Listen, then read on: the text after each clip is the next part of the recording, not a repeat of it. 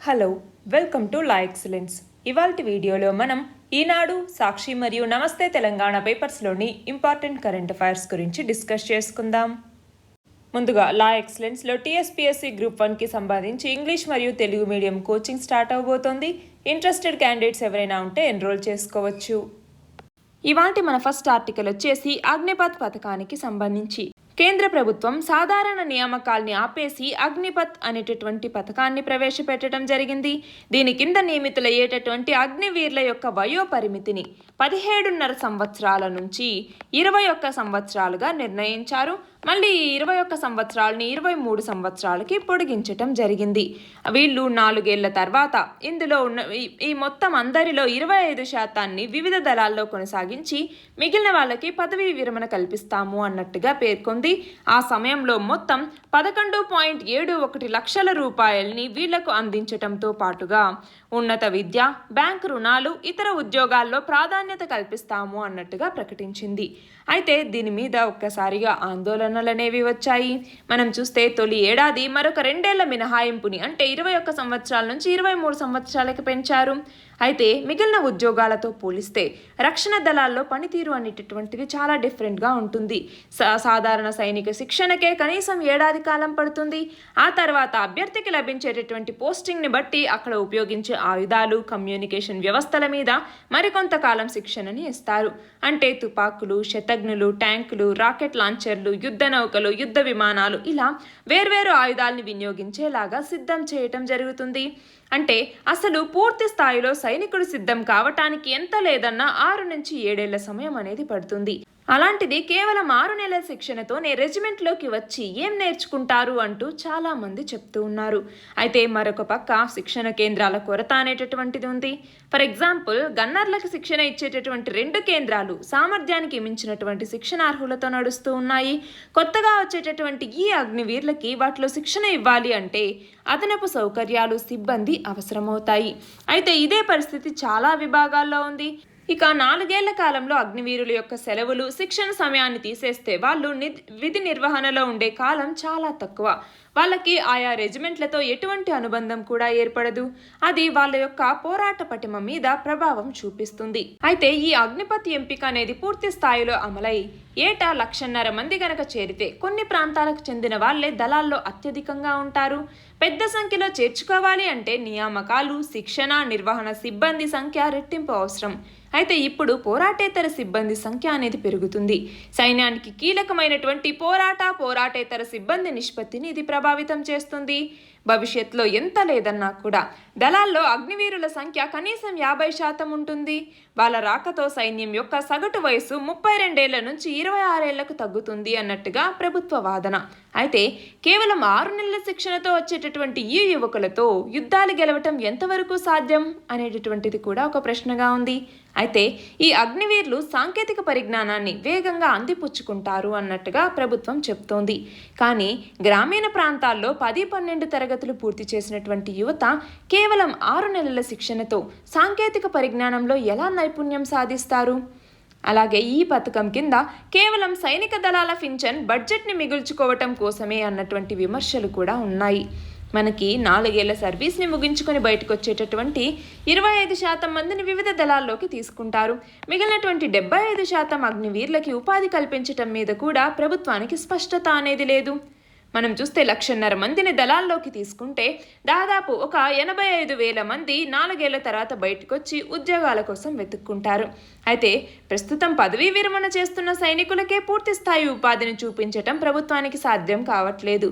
అలాంటి పరిస్థితుల్లో ప్రతి సంవత్సరం ఇలా 85,000 మంది బయటకు వస్తూ ఉంటే వాళ్ళకి ఉపాధి చూపించటం అనేది ఎంత కష్టతరమైన పని. అలాగే ఆందోళనలు అనేవి పెరిగిన తర్వాత కేంద్ర సాయుధ పోలీస్ బలగాల్లోనూ, అస్సాం రైఫిల్స్లోనూ 10% రిజర్వేషన్ ఇస్తాము అన్నట్టుగా కేంద్ర రక్షణ శాఖ చెప్పటం జరిగింది. అలాగే కొన్ని రాష్ట్రాలు, కేంద్ర నౌకాయాన శాఖ అగ్నివీరులకు ఉద్యోగాలు ఇస్తాము అనేసి చెప్తూ ఉన్నాయి. కానీ ఇలాంటి ప్రకటనలు ఏవైతే ఉన్నాయో వీటికి చట్టబద్ధత కల్పించాల్సినటువంటి అవసరం అనేది ఉంది.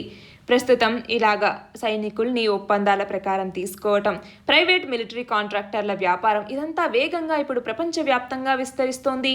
ఇప్పుడు అగ్నిపథ్ నుంచి బయటకు వచ్చిన వాళ్ళు వాటిల్లో చేరితే భారత్కి భవిష్యత్తులో చిక్కులు అనేవి తప్పవు. మనం చూస్తే సైనిక శిక్షణ పొందినటువంటి నిరుద్యోగుల్ని స్వార్థ ప్రయోజనాలకు ఉపయోగించుకోవటానికి మన ఒక్క భారతదేశంలోనే చాలా వేర్పాటువాదులు, అసాంఘిక శక్తులు సిద్ధంగా ఉంటాయి. కాబట్టి అగ్నిపథ్ పథకాన్ని ప్రయోగాత్మకంగా చిన్న స్థాయిలో మొదలుపెట్టి వాటిలో ఉన్నటువంటి లోటుపాట్లని సరిదిద్దుకొని దీన్ని ప్రకటించాల్సింది. అయితే 4 ఏళ్ల తర్వాత నిరుద్యోగులుగా మారేటటువంటి అగ్నివీరులకి ఉపాధిని కల్పించేందుకు రాజకీయాలన్నింటికీ అతీతంగా అన్ని రాష్ట్రాల హోంశాఖలు ప్రైవేట్ రంగంతో ముందే ఒప్పందాలు చేసుకొని ఈ పథకాన్ని ప్రకటిస్తే ఇంత ఆందోళన చెందాల్సినటువంటి అవసరం ఉండేది కాదు. ఇక్కడ క్వశ్చన్ చూడండి, కేంద్ర ప్రభుత్వం ప్రకటించిన అగ్నిపథ్ పథకం గురించి వివరించండి అన్నప్పుడు మనకి ఈ డీటెయిల్స్ అన్నీ తెలియాలి. మన నెక్స్ట్ ఆర్టికల్ వచ్చేసి రైతుల పంట విరామం లేదా క్రాప్ హాలిడేకి సంబంధించి. మనం చూస్తే మన దేశంలో హరిత విప్లవం తర్వాత భారత వ్యవసాయ రంగంలో విప్లవాత్మకమైనటువంటి మార్పులు వచ్చాయి. చాలా పంటల యొక్క ఉత్పత్తుల్లో దేశం స్వయం సమృద్ధిని సాధించింది. ఆ పంట ధాన్యాల్ని ఎగుమతి చేసే స్థాయికి మనం చేరుకున్నాము. వివిధ రకాల నీటి వనరులతో ఆహార పంటల సాగు అనేది పెరిగింది, ధాన్యం ఉత్పత్తి అనేది పెరిగింది. అయినా కూడా వివిధ కారణాలతో పంటల ద్వారా వచ్చే ఆదాయం తగ్గుతూ ఉండటం, పెట్టుబడి వ్యయం పెరుగుతూ ఉండటం ప్రస్తుతం రైతులకి సవాల్గా మారింది. కేంద్ర రాష్ట్ర ప్రభుత్వాలు ఎన్ని చర్యలు తీసుకుంటూ ఉన్నా రైతుల యొక్క ఆదాయాన్ని పెంచలేకపోతున్నాయి. మనం చూస్తే 2016వ సంవత్సరంలో మన ప్రధాని నరేంద్ర మోదీ 2022 చివరి నాటికల్లా రైతుల యొక్క ఆదాయాన్ని రెట్టింపు చేస్తాము అన్నట్టుగా ప్రకటించారు. కానీ ఇప్పటి వరకు రైతుల ఆదాయం అనేది పెరగకపోగా వాళ్ళ యొక్క పంట ఉత్పత్తి వ్యయం అనేటటువంటిది పెరిగింది. అయితే సాగు అనేది గిట్టుబాటు కాక దేశంలోని చాలా రాష్ట్రాల్లో రైతులు పంట విరామం లేదా క్రాప్ హాలిడేని ప్రకటిస్తూ ఉన్నారు. తాజాగా ఆంధ్రప్రదేశ్లోని కోనసీమ, కడప, కర్నూలు జిల్లాల రైతులు కూడా ఈ దిశగా క్రాప్ హాలిడేని పెట్టడం జరిగింది. అయితే గతంలో ఏపీలోని ఉమ్మడి తూర్పు గోదావరి, పశ్చిమ గోదావరి జిల్లాల రైతులు ఇలాంటి పంట విరామాన్ని ప్రకటించటం అప్పట్లో దేశవ్యాప్తంగా చర్చకు దారితీసింది. అయితే ప్రస్తుతం కూడా ఇలాంటి పరిస్థితులు ఎదురవుతూ ఉన్నాయి. కాబట్టి ఇప్పటికైనా ప్రభుత్వాలు దృష్టి సారించి మన యొక్క వ్యవసాయాన్ని లాభసాటిగా మార్చకపోతే దేశవ్యాప్తంగా కూడా ఆహార ఉత్పత్తికి ఇలా పంట విరామాలు ఇచ్చేటటువంటి పరిస్థితులు నెలకొనే అవకాశం ఉంది. ఇది మన దేశ ఆహార భద్రతకి పెను ముప్పుగా పరిణమిస్తుంది. ఆహార ద్రవ్యోల్బణం ఏర్పడి సామాజిక అశాంతికి ఇది దారితీస్తుంది అన్నట్లుగా ఈ ఆర్టికల్. ఇక్కడ క్వశ్చన్ చూడండి, రైతులు క్రాప్ హాలిడేని ప్రకటించడానికి గల వివిధ కారణాలను తెలపండి. ఏమేం కారణాలు? 1, వాళ్ళకి ఎంఎస్పి మద్దతు ధర అనేది దక్కకపోవటం. 2వది ఎరువులు, అలాగే పురుగు మందులు, అంతేకాకుండా కూలీలు, ఇతర ఖర్చులు అనేవి పెరిగిపోవటం, అంతేకాకుండా సీజన్లో కూలీలు రాకపోవటం అంటే కూలీల కొరత, అలాగే మనకి అసమర్థ పంటల సేకరణ, ఇలాంటివి ఈ వ్యవసాయాన్ని భారంగా మారుస్తూ ఉన్నాయి. అంతేకాకుండా కాలువలు, డ్రైనేజీల నిర్వహణ అనేది సరిగ్గా లేకపోవటం, అలాగే లోపభూయిష్టమైనటువంటి పంటల బీమా పథకాలు, అలాగే బీమా చెల్లింపుల్లో జాప్యం అనేది ఉండటం, నష్టాల్ని భర్తీ చేసే స్థాయిలో పరిహారాలు అనేవి లేకపోవటం, ప్రకృతి వైపరీత్యాలు అంటే తుఫానులు, తెగుళ్ళు కానీ వీటితో పంట దిగుబడి అనేది తగ్గిపోవటం, అలాగే పంట ఉత్పత్తులని నిల్వ చేసుకునేందుకు మనకి సరిపడా సౌకర్యాలు అనేవి లేకపోవటం, ఇవన్నీ కూడా రైతుల్ని ఈ పంట విరామం వైపుగా నెడుతూ ఉన్నాయి. అలాగే వర్షాధార, కరువు పీడిత ప్రాంతాలతో సంబంధం లేకుండా సాగుకి నీటి వసతి ఉన్న చోట్ల కూడా పంట విరామం ప్రకటిస్తూ ఉన్నారు. ఇది ఈ సమస్యకి తీవ్ర నిదర్శనంగా నిలుస్తోంది. మనం చూస్తే పంజాబ్, తమిళనాడు, కర్ణాటక, ఏపీ రాష్ట్రాల్లో చాలా ప్రాంతాల్లో గతంలో కూడా పంట విరామాల్ని ప్రకటించారు. మన దేశంలో వరి అనేది అత్యంత ముఖ్యమైన పంట. అయితే కొద్ది కాలంగా వరి సాగుకు పెట్టుబడి అనేది పెరిగిపోతోంది. వివిధ కారణాలతో దిగుబడులు అనేవి తగ్గిపోతూ ఉన్నాయి. దానివల్ల ఏమవుతుంది? అంతేకాకుండా మనం చూస్తే 2021-22లో వరి సాధారణ రకానికి మద్దతు ధర 1940 ప్రకటిస్తే 2022-23 సీజన్కి మరొక 100 రూపాయలు పెంచింది. అలా ఈ ధర పెంచినా కూడా రైతుకు దక్కేది మాత్రం నామమాత్రమే. కాబట్టి అంటే చాలామంది రైతులకు అసలు మద్దతు ధర కూడా లభించట్లేదు. ఫలితంగా నష్టాలు అనేవి వస్తూ ఉన్నాయి. దాని ఫలితంగా వ్యవసాయాన్ని రైతులు వదిలేసేటటువంటి పరిస్థితి అనేది నెలకొంటోంది. మన నెక్స్ట్ ఆర్టికల్ వచ్చేసి అంతర్జాతీయ యోగా దినోత్సవానికి సంబంధించింది. యోగా అంటే కేవలం వ్యాయామం, ఆరోగ్యానికి సంబంధించింది మాత్రమే కాదు. ఇది ఒక శక్తివంతమైనటువంటి జీవన మార్గం. అంటే మన యొక్క మనసుని ఇక్కడ లగ్నం చేసి క్రమం తప్పకుండా సాధన చేస్తే మనిషిని అటు శారీరకంగానూ ఇటు మానసికంగా కూడా యోగా అన్నటువంటిది ఉన్నత స్థితికి చేరుస్తుంది. శారీరక మరియు మానసిక భావోద్వేగాల్లో సమతుల్యతని తీసుకురావటం, స్థిరత్వాన్ని తీసుకురావటం, దృఢత్వాన్ని సాధించాలి అంటే యోగా అన్నటువంటిది ఒక జీవన విధానంగా మారాలి. మనం చూస్తే 2014వ సంవత్సరం సెప్టెంబర్ 27వ తేదీన ఐక్యరాజ్య సమితి సాధారణ సభలో మన ప్రధాని నరేంద్ర మోదీ ప్రసంగిస్తూ యోగాని ఒక అమూల్యమైనటువంటి పురాతన భారతీయ సాంప్రదాయంగా అభివర్ణించటం జరిగింది. ఇది శరీరం మనసుని ఒకటిగా చేసి ఆలోచనల్ని చర్యల్ని నియంత్రిస్తుంది, వ్యక్తిలో నిగ్రహాన్ని పెంచి మనిషికి ప్రకృతికి మధ్య సామరస్యాన్ని పెంపొందిస్తుంది అన్నట్టుగా చెప్పటం జరిగింది. యోగాని అంతర్జాతీయంగా అనుసరించేలాగా తోడ్పాటు అందించాలి అన్నట్టుగా ఐక్యరాజ్య సమితిని కోరారు. ఫలితంగా ఐక్యరాజ్య సమితి జూన్ 21వ తేదీని అంతర్జాతీయ యోగా దినోత్సవంగా గుర్తించింది. దాంతో శతాబ్దాలుగా భారతీయులు పాటిస్తున్నటువంటి యోగా ప్రపంచ ఖ్యాతిని పొందింది. ప్రపంచ మానవాళి ప్రతి సంవత్సరం యోగా దినోత్సవాన్ని జరుపుకుంటోంది. అయితే ఈసారి 8వ అంతర్జాతీయ యోగా దినోత్సవాన్ని మానవత్వం కోసం యోగా అనేటటువంటి ఇతివృత్తంతో నిర్వహిస్తూ ఉన్నారు. యోగా అన్నటువంటిది మన యొక్క ఆధునిక జీవన శైలిలో ఒత్తిడిని తట్టుకుని ఆహ్లాదకరమైనటువంటి జీవనాన్ని గడిపేందుకు మనకి నిత్య జీవితంలో ఈ యోగా అన్నటువంటిది ఒక సాధనంగా ఉపయోగపడుతుంది. యోగాభ్యాసంతో మనసు మీద నియంత్రణ సాధించటం వల్ల మానసిక శాంతితో పాటు క్రమశిక్షణ అలవడేటటువంటి అవకాశం కూడా ఉంటుంది. ఇక్కడ క్వశ్చన్ చూడండి, అంతర్జాతీయ యోగా దినోత్సవాన్ని ఎప్పుడు జరుపుకుంటాము? ఎప్పుడు? జూన్ 21వ తేదీన. ఈ సంవత్సరం ఇతివృత్తం లేదా థీమ్ ఏంటి అంటే మానవత్వం కోసం యోగా అన్నటువంటిది. మన నెక్స్ట్ ఆర్టికల్ వచ్చేసి కేంద్ర ఎన్నికల సంఘం మొత్తం 111 గుర్తింపు లేనటువంటి నమోదిత రాజకీయ పార్టీల్ని రద్దు చేస్తున్నట్టుగా ప్రకటించింది. మనం చూస్తే ఈ సంవత్సరం మే 25వ తేదీన తొలి విడతలో 87 పార్టీల్ని రద్దు చేసింది. ఇప్పుడు మరొక 111 పార్టీలని రద్దు చేయటం జరిగింది. దాంతో ఇప్పటి వరకు రద్దయినటువంటి పార్టీల సంఖ్య 198కి చేరింది. అంటే ఏదైనా ఒక రాజకీయ పార్టీగా నమోదు చేసుకున్నటువంటి సంస్థకి తపాలా చిరునామా అన్నటువంటిది తప్పనిసరి. అందులో మార్పులు ఉంటే తప్పనిసరిగా ఆ విషయాన్ని ఎన్నికల సంఘానికి తెలియజేయాలి. అయితే చాలా రాజకీయ పార్టీలకి ఎన్నికల సంఘం పంపినటువంటి వర్తమానాలు అవి పేర్కొన్న చిరునామాల్లో చేరటం లేదు అన్నట్టుగా ఎన్నికల సంఘం గుర్తించింది. దానికి సంబంధించి ఆ సంబంధిత రాష్ట్ర ముఖ్య ఎన్నికల అధికారులతో విచారణ జరిపించిన తర్వాత వాళ్ళు సమర్పించినటువంటి నివేదికలు, ఎన్నికల సంఘం పంపినటువంటి లేఖలు ఆయా పార్టీలకు చేరకపోవటం గురించి ఏదైతే పోస్టల్ యంత్రాంగం చెప్పినటువంటి వివరాలని ఆధారంగా చేసుకుని కేంద్ర ఎన్నికల సంఘం మొత్తం 111 పార్టీలను రద్దు చేస్తున్నట్టుగా ప్రకటించింది. ఈ పార్టీల పేర్లని రిజిస్టర్డ్ పొలిటికల్ పార్టీస్ జాబితా నుంచి కూడా తొలగించింది. ఇక్కడ క్వశ్చన్ చూడండి, కేంద్ర ఎన్నికల సంఘం 2022లో ఇప్పటిదాకా దేశంలోని ఎన్ని గుర్తింపు లేని నమోదిత రాజకీయ పార్టీలను రద్దు చేసింది? మొత్తం ఎన్ని? 198. ఇప్పుడేమో 111. ముందు మే 25వ తేదీన 87 పార్టీలు.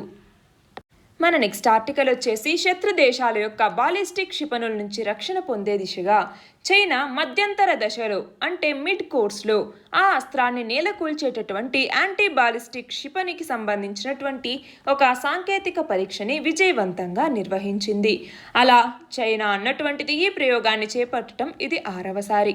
అయితే మనం చూస్తే సాధారణంగా ఇలాగా ఒక మిసైల్ని ఒక క్షిపణిని మనం పంపించినప్పుడు అది భూ వాతావరణంలోకి ఇటు వెళ్ళేసరికి మొదటి దశ అనేది ఉంటుంది. మొత్తం 3 దశలు ఉంటాయి, 1, 2, 3వ దశ అనేసి. ఇందులో 1వ దశ ఏంటి అంటే ఖండాంతర బాలిస్టిక్ క్షిపణి ప్రయోగంలో ఒకటవది బూస్టర్ దశ లేదా బూస్ట్ దశ అంటాం. ఇందులో రాకెట్ బూస్టర్ సహాయంతో ఆకాశంలోకి వెళుతుంది.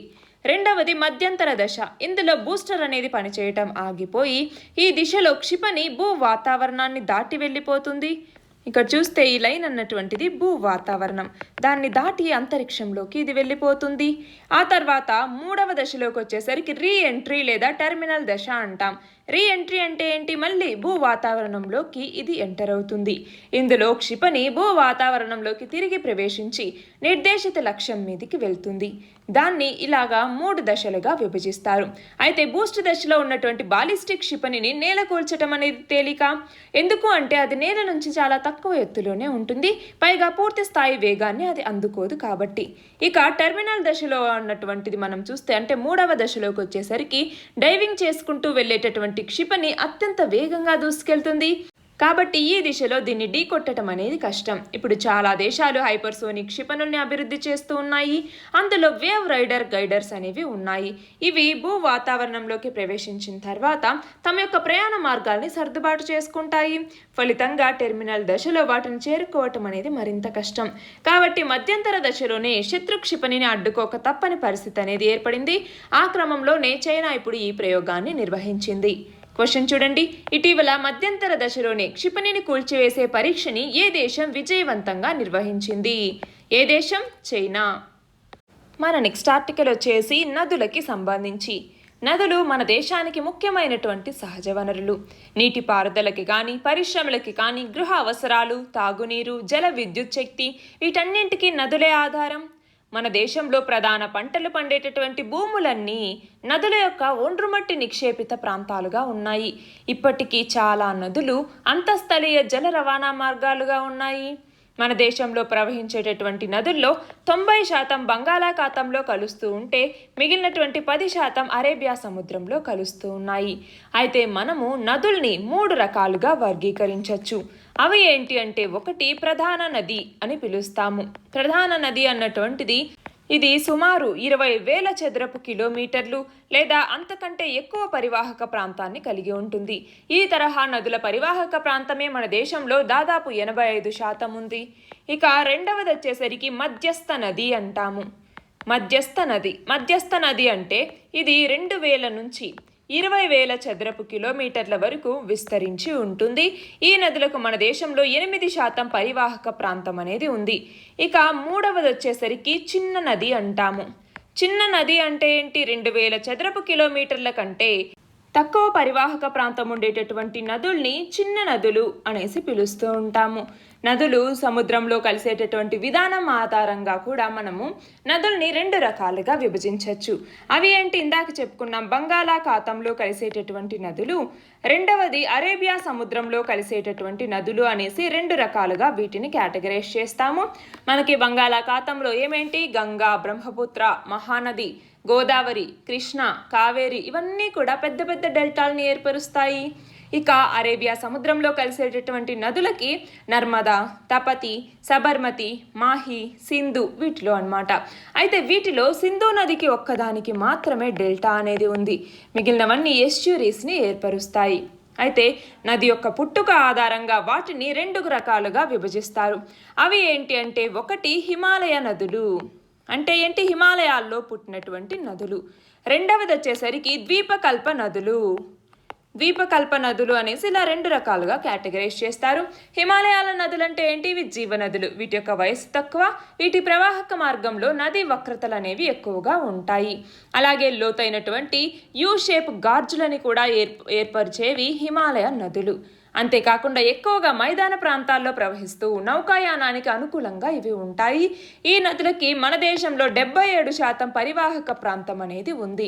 హిమాలయ నదుల్లో సింధు, గంగా, బ్రహ్మపుత్ర వాటి యొక్క ఉపనదులు ముఖ్యమైనవి. ఇక ద్వీపకల్ప నదులు అన్నటువంటివి మనం చూస్తే ఇవి ఎక్కువగా ఋతుపవనాలు లేదా వర్షాధార నదులు. కఠిన శిలల ద్వారా సాధారణ వేగంతో ప్రవహించి ఇవి వి ఆకారపు లోయల్ని ఏర్పరుస్తాయి. వీటి పొడవు, పరివాహక ప్రాంతం అనేది తక్కువ. అయితే నదీ వక్రతలు కూడా వీటికి తక్కువే. ఎత్తుపల్లాలు ఎక్కువగా ఉండటం వల్ల ఇవి నౌకాయానానికి అనుకూలంగా ఉండవు. ఈ నదులకు మన దేశంలో 23% పరివాహక ప్రాంతం అనేది ఉంది. ఇందులో గోదావరి, కృష్ణ, మహానది, కావేరి, నర్మదా, తపతి ఇలాంటి ఉపనదులు ఉన్నాయి. ఇక అంతర్భూభాగ నదులు అంటాము. అంటే ఏంటి? వర్షాభావ ప్రాంతాల్లో పుట్టి కొంత దూరం ప్రవహించి ఆ తర్వాత మార్గమధ్యంలో అంతరించిపోతాయి. ఇలాంటి నదులు రాజస్థాన్, లద్దాఖ్ ప్రాంతాల్లో కనిపిస్తాయి. వాటికి ఎగ్జాంపుల్గా లూని నది, బానీ నది, అలాగే గగ్గర్ నదుల్ని చెప్తాము. ఇక పరస్థానీయ నదీ వ్యవస్థ అంటాము. అంటే ఏంటి? ఎక్కువ వర్షపాతం ఉండటం, నీటి లభ్యత అనేది ఎక్కువగా ఉన్న ప్రాంతాల్లో ఇవి జన్మించి ఎడారి ప్రాంతాల ద్వారా ప్రవహిస్తూ అక్కడ ఉండేటటువంటి పంటలకి సాగునీరు అందిస్తున్నటువంటి నదులు. దీనికి ఎగ్జాంపుల్గా సింధు నదికి చెప్తాము. ఇక మనము గంగా నది వ్యవస్థ అనేది ఎలా ఉంది, సింధు నది వ్యవస్థ అనేది ఎలా ఉంది, ఇంకా బ్రహ్మపుత్ర నది వ్యవస్థ ఎలా ఉంది, ఇవన్నీ కూడా చదువుకోవాలి. అయితే ఇక్కడ చూడండి, ఈ నదులకు సంబంధించి కొన్ని ముఖ్యాంశాలను ఇవ్వటం జరిగింది. ఏంటవి అంటే, ఒకటి, జాతీయ నదుల పరిరక్షణ ప్రణాళికలో ప్రస్తుతం 34 నదుల్ని చేర్చటం జరిగింది. మన దేశంలో అత్యంత కాలుష్యానికి గురవుతున్నటువంటి నది ఏది అంటే గంగా నది. ఆ తర్వాత స్థానంలో యమున, ఆ తర్వాత సబర్మతి ఉన్నాయి. మనం చూస్తే గంగా నది అన్నటువంటిది ప్రపంచంలోని 7వ అత్యంత కలుషిత నదిగా WWF నివేదిక పేర్కొంది. అలాగే దామోదర్ నది ఏదైతే ఉందో దీన్ని బెంగాల్ దుఃఖదాయినిగా, కోసీ నదిని బీహార్ దుఃఖదాయినిగా పిలుస్తూ ఉంటారు. అలాగే అంటే సారో ఆఫ్ బెంగాల్ అనేసి, సారో ఆఫ్ బీహార్ అనేసి పిలుస్తూ ఉంటారు. ఇక గంగా నదిని బంగ్లాదేశ్లో పద్మ అనేసి, బ్రహ్మపుత్ర నదిలో కలిసిన తర్వాత మేఘన అని పిలుస్తారు. బ్రహ్మపుత్ర నది బంగ్లాదేశ్లో ప్రవహించగానే దాన్ని జమున అని పిలుస్తారు. అయితే ప్రపంచ జల దినోత్సవాన్ని ఎప్పుడు జరుపుకుంటాం? మార్చి 22వ తేదీన. ప్రపంచ నదుల దినోత్సవాన్ని సెప్టెంబర్ నెల చివరి ఆదివారం నిర్వహిస్తారు. భారతదేశ నదుల వారం నవంబర్ 24 నుంచి 27 వరకు. అస్సాంలో ఉన్నటువంటి నదియా అన్నటువంటి నది నుంచి దుబ్రి అన్నటువంటి ప్రదేశం వరకు అంతఃస్థలీయ జల రవాణాకు ఉపయోగించటం వల్ల ఆ మార్గాన్ని జాతీయ జల మార్గం 2గా గుర్తించటం జరిగింది. అలాగే బ్రహ్మపుత్ర నది అస్సాంలో మజులి అనేటటువంటి ఒక దీవిని ఏర్పరిచింది. మనం చూస్తే ఈ మజులి అనేటటువంటిది ప్రపంచంలో అతిపెద్ద నదీ ఆధారిత దీవి. మన నెక్స్ట్ ఆర్టికల్ వచ్చేసి 1857 తిరుగుబాటు యొక్క వ్యాప్తికి సంబంధించింది. మనం చూస్తే మేఠర్ నుంచి ఢిల్లీకి చేరినటువంటి తిరుగుబాటు సిపాయిలు ఎర్రకోటకు చేరుకొని అక్కడ నామమాత్రపు మొఘల్ చక్రవర్తి అయినటువంటి 2వ బహదూర్ షాని భారతదేశ సార్వభౌముడిగా ప్రకటించటం జరిగింది. అయితే ఆయన అయిష్టంగానే ఇందులో భాగస్వామి అయ్యాడు. బ్రిటిషర్లను ఓడించాలి అంటూ స్వదేశీ రాజులకు పిలుపునివ్వటం జరిగింది. దాంతో ఈ సిపాయిల తిరుగుబాటు అన్నటువంటిది ఒక విప్లవ సమరంగా మారింది. తక్కువ కాలంలోనే దాదాపు ఉత్తర భారతదేశం మొత్తం ఇది వ్యాపించింది. పంజాబ్ నుంచి దక్షిణాన నర్మదా నది, తూర్పున బీహార్, పడమర రాజస్థాన్ వరకు ఇది వ్యాపించింది. అయితే ఈ తిరుగుబాటుకి ఢిల్లీ, కాన్పూర్, లక్నవూ, ఝాన్సీ, బరేలీ, ఆరా ఇలాంటివి మాత్రమే ప్రధాన కేంద్రాలయ్యాయి. మనం చూస్తే ఢిల్లీలో తిరుగుబాటుకు సంబంధించి బక్తా ఖాన్ నాయకత్వం వహించటం జరిగింది. ఇందులో అనేక మంది యూరోపియన్లు ఊచకోతకు గురయ్యారు. అప్పటి గవర్నర్ జనరల్ అయినటువంటి కానింగ్ పంజాబ్ నుంచి సిక్కు సైనికుల్ని పిలిపించి ఈ ఉద్యమాన్ని అణిచివేయటం జరిగింది. అయితే మనం చూస్తే 2వ బహదూర్ షా కూడా ఇక్కడ బందీ అయ్యారు. అతన్ని దేశ బహిష్కరణ శిక్ష విధించి బర్మాకు పంపిస్తే బర్మాలోనే 1862లో బహదూర్ షా 2 చనిపోవటం జరిగింది. ఇక కాన్పూర్కి సంబంధించి చూస్తే చివరి పీష్వా అయినటువంటి 2వ బాజీరావు యొక్క దత్తపుత్రుడైనటువంటి నానా సాహెబ్ ఈ తిరుగుబాటుకు నాయకత్వం వహించి ఆంగ్లేయులకు వ్యతిరేకంగా పోరాటం చేయటం జరిగింది. అంతేకాకుండా ఈయనకి అత్యంత విధేయుడైనటువంటి తాంతియా తోపే కూడా ఈ తిరుగుబాటుకు నాయకత్వం వహించారు. ఇక లక్నవూకి సంబంధించి బేగం హజరత్ మహల్ ఈ తిరుగుబాటుకు నాయకత్వం వహించారు. అలాగే ఝాన్సీలో 3వ మహారాష్ట్ర యుద్ధం తర్వాత ఝాన్సీ రాజ్యం ఆంగ్లేయుల పరిధిలోకి వచ్చేసింది. పాలకుడైనటువంటి గంగాధర్రావు మరణించటంతో రాణి లక్ష్మీబాయి దత్తతకి అనుమతి కోరగా అప్పటి గవర్నర్ జనరల్ అయినటువంటి డల్హౌసీ నిరాకరించటం జరిగింది. ఝాన్సీని ఆంగ్ల సామ్రాజ్యంలో విలీనం చేయటం జరిగింది. ఆ కారణంగా లక్ష్మీబాయి పురుష వేషంలో యుద్ధ రంగంలో పోరాడి వీరమరణం సాధించింది. ఆంగ్ల సైనిక అధికారైనటువంటి సర్ హ్యూ రోజ్ ఈ తిరుగుబాటుని అణిచివేశారు. ఇక బరేలీకి సంబంధించి చూస్తే ఖాన్ బహదూర్ ఖాన్ ఈ తిరుగుబాటుకి నాయకత్వం వహించటం జరిగింది. అలాగే ఈ ఆరాకి సంబంధించి చూస్తే కున్వర్ సింగ్ నాయకత్వంలో తిరుగుబాటు అనేది జరిగితే ఈ ఆంగ్లేయ అధికారి అయినటువంటి విలియం టేలర్ దీన్ని అణిచివేయటం జరిగింది. ఇక ఇవి మెయిన్గా ఇక రాజస్థాన్, మహారాష్ట్ర వీటిలో అయితే ప్రజల మద్దతుతో చిన్న చిన్న రాజ్యాలు తిరుగుబాటు చేశాయి. విప్లవం అన్నటువంటిది వేగంగా ప్రజల్లోకి వెళ్ళింది. చాలా చోట్ల రైతులు, చేతి వృత్తుల వాళ్ళు కూడా ఉద్యమించటం జరిగింది. అయితే దీనికి అనేక మంది స్వదేశీ రాజుల మద్దతు కూడా రావటంతో 1858వ సంవత్సరం ఏప్రిల్ నాటికి ఈ తిరుగుబాటు అంతా కూడా సర్దుమణిగింది. అయితే దీనికి సంబంధించి తర్వాత 1858లో భారత ప్రభుత్వ చట్టం అన్నటువంటి దాన్ని తీసుకురావటం జరిగింది. అంటే సిపాయిల తిరుగుబాటు తర్వాత బ్రిటిష్ ప్రభుత్వం బ్రిటిష్ ఇండియా పరిపాలనలో కొన్ని మార్పుల్ని తీసుకొస్తూ ఈ భారత ప్రభుత్వ చట్టాన్ని తీసుకురావటం జరిగింది. దీని ప్రకారం భారతదేశ పరిపాలనా అధికారం ఈ బ్రిటిష్ కంపెనీ నుంచి బ్రిటిష్ మహారాణికి అంటే బ్రిటిష్ ప్రభుత్వానికి బదిలీ అయింది. అంటే ఇక్కడి వ్యవహారాల్ని లండన్ నుంచి నిర్వహించేందుకు బ్రిటిష్ ప్రభుత్వంలో కేబినెట్ మంత్రిగా ఉండి పార్లమెంట్కి బాధ్యత వహించేందుకు భారత రాజ్య కార్యదర్శి అనేటటువంటి ఒక అధికారిని నియమించటం జరిగింది. ఇతడికి సలహా సహకారాలు అందించేందుకు భారతదేశ మండలి అనే సంస్థను కూడా నెలకొల్పారు. ఇండియాలో గవర్నర్ జనరల్ రాజప్రతినిధిగా వ్యవహారంలోకి వచ్చారు. అయితే ఈ 1858 చట్టంలో జరిగినటువంటి మార్పులు ఏవి కూడా మనకు నచ్చలేదు. అప్పటి రాజప్రతినిధి గవర్నర్ జనరల్ అయినటువంటి లార్డ్ క్యానింగ్ 1858 సంవత్సరం నవంబర్ 1వ తేదీన అలహాబాద్లో ఏర్పాటు చేసినటువంటి దర్బార్లో మహారాణి ప్రకటనని చదివి వినిపించటం జరిగింది. ఇందులో భాగంగా ఏంటి అంటే భారతదేశంలో బ్రిటిష్ రాజ్య విస్తరణ విధానానికి స్వస్తి చెప్పి స్వదేశీ రాజుల హక్కుల్ని గౌరవించటం జరుగుతుంది. స్వదేశీ రాజుల దత్తత స్వీకరణకు అనుమతిని ఇస్తారు. స్వదేశీ సంస్థానాల ఆంతరంగిక వ్యవహారాల్లో బ్రిటిష్ ప్రతినిధులు జోక్యం చేసుకోరు. స్వదేశీ రాజులతో కంపెనీ చేసుకున్నటువంటి పూర్వ ఒప్పందాలన్నీ యథాతథంగా కొనసాగుతాయి. ప్రజల యొక్క సాంఘిక మత వ్యవహారాల్లో కూడా బ్రిటిష్ జోక్యం అనేది ఉండదు. అలాగే ప్రభుత్వ ఉద్యోగ నియామకాల్లో జాతి మత కుల వివక్ష అనేది లేకుండా విద్యా సామర్థ్యం ప్రాతిపదికగా అందరికీ సమాన అవకాశాలు కల్పించటం జరుగుతుంది. బ్రిటిష్ పౌరులతో సమానంగా భారతీయులకి అవకాశాలని కల్పిస్తారు. అలా బ్రిటిష్ రాణికి సంబంధించినటువంటి ఈ ప్రకటనని వెలువరించారు. తర్వాత 1857 తిరుగుబాటు అనేది పూర్తిగా సర్దుమణిగింది. అయితే ఈ లక్ష్య సాధనలో ఈ విప్లవం అనేది విఫలమైనా కూడా నిస్సందేహంగా ప్రజల్లో ఒక జాతీయ భావాన్ని పెంపొందించటం కోసం ఇది దోహదపడింది. తర్వాత వచ్చినటువంటి ఉద్యమాలకి ఒక స్ఫూర్తిని ఒక శక్తిని ఇది ఇచ్చింది అనేసి మనం చెప్పచ్చు. అయితే ఈ వైఫల్యానికి గల కారణాలు ఏంటి అన్నటువంటిది కూడా మనం తెలుసుకోవాలి. ఏంటి తిరుగుబాటు ఉత్తర భారతదేశంలో కొన్ని ప్రాంతాలకే ఇది పరిమితమైంది. దక్షిణ భారతదేశంలో దీని ప్రభావం చాలా తక్కువ. మద్రాస్ బొంబాయి ప్రాంత రాజుల్లో ప్రజల తిరుగుబాటు పట్ల సానుభూతి ఉన్నప్పటికీ కూడా వీళ్ళు క్రియాశీలకంగా పాల్గొనలేదు.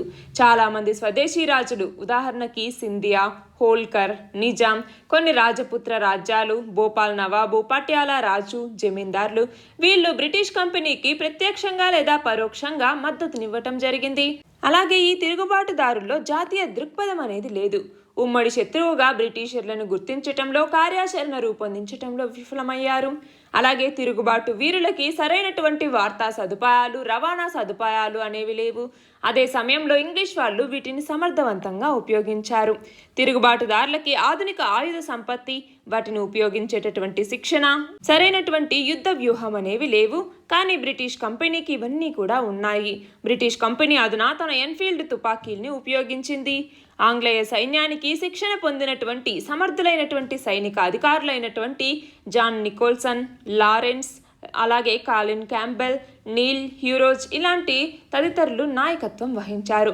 అలాగే ఆధునిక విద్యావంతులు కూడా బ్రిటిష్ పరిపాలన దేశానికి మంచి చేస్తుంది అనేటటువంటి నమ్మకంతో ఈ తిరుగుబాటు పట్ల ఆసక్తిని చూపించలేదు.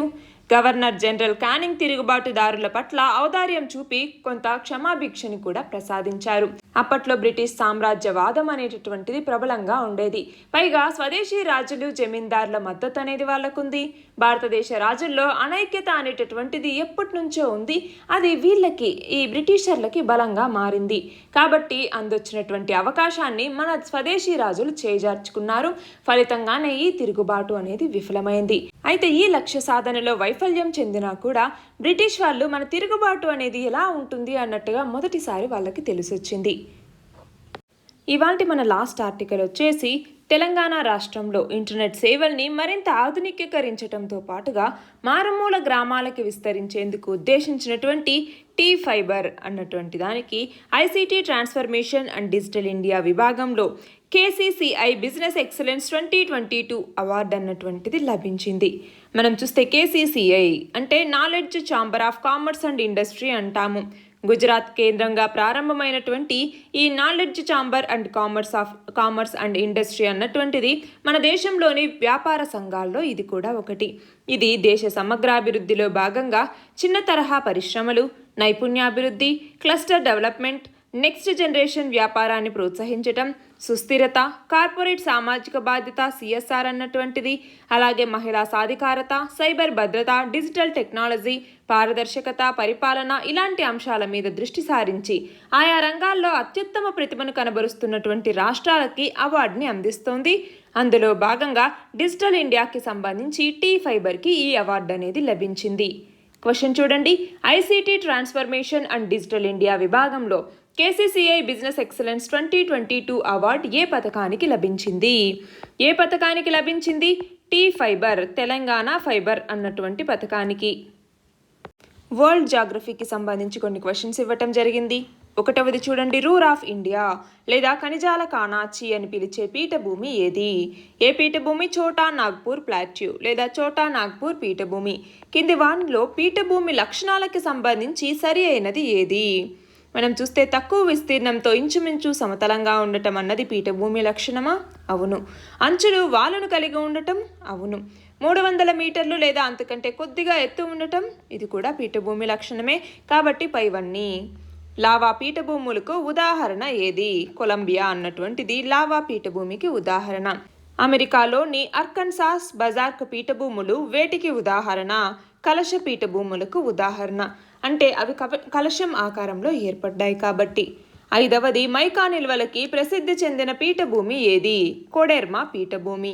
స్నేక్ రివర్ పీఠభూమి ఏ దేశంలో ఉంది? అమెరికాలో ఉంది. వికోశీకరణ బలాల శైథిల్య క్రమక్షయ చర్యలకి లోను కావటం వల్ల శిథిలమై పీఠభూములుగా పరిణామం చెందేవి ఏవి? ఏవి అవశిష్ట పీఠభూములు. మనము పీఠభూములకు సంబంధించి చెప్పుకున్న టాపిక్లో వీటి గురించి చెప్పుకున్నాం కూడా. పన్నా వజ్రపు గనులకు ప్రసిద్ధి చెందిన పీఠభూమి ఏది? ఏది? టిబెటా, పామీరా, మంగోలియానా? 3 కాదు. సో ఆప్షన్ 4 ఏది కాదు అన్నటువంటిది. మనం చూస్తే పన్నా అన్నటువంటి ప్రాంతం ఎక్కడుందండి? మధ్యప్రదేశ్ ఆ రీజియన్లోనా? సో టిబెట్ అక్కడ లేదు, పామీర్ అక్కడ లేదు, మంగోలియా కూడా అక్కడ లేదు. సో ఏది కాదు. నిన్నటి క్వశ్చన్ వచ్చేసి కొత్త మరియు పునరుత్పాదక ఇంధన మంత్రిత్వ శాఖ అంటే ministry of new and renewable energy ఘర్ కే ఊపర్ సోలార్ క్యాంపైన్ని ఎక్కడ ప్రారంభించింది? ఎక్కడ? కర్ణాటకలోని బీదర్లో. ఇవాల్టి క్వశ్చన్ వచ్చేసి ప్రభుత్వ రంగ సంస్థల కమిటీలో లోక్సభ, రాజ్యసభ నుండి ఎంతమంది సభ్యులు ప్రాతినిధ్యం వహిస్తారు? దీని ఆన్సర్ కమెంట్ సెక్షన్లో ఇవ్వండి. కరెక్ట్ ఆన్సర్ రేపటి వీడియోలో చూద్దాం. All the very best and thank you very much.